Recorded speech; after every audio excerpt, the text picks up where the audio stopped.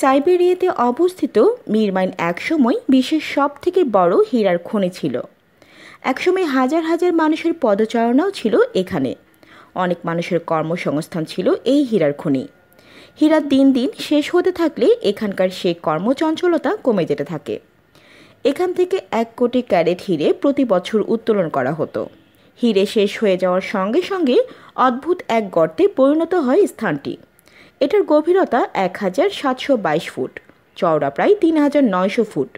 সুরক্ষার কারণে বর্তমানে মীর মাইলের উপর নো ফ্লাইং জোন ঘোষণা করা হয়েছে। গর্তের ওপর দিয়ে যখন হেলিকপ্টার যায় তখন হেলিকপ্টারকে কোনো শক্তি নিচের দিকে টেনে ধরে বলে অনেক পাইলটের দাবি। তবে এর সপক্ষে বিজ্ঞানীদের ব্যাখ্যাও রয়েছে।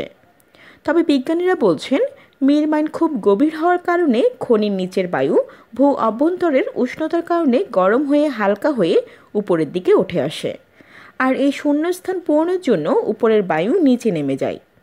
বায়ুর এই উঠানামার কারণে খনির উপরে ঘূর্ণির সৃষ্টি হয়।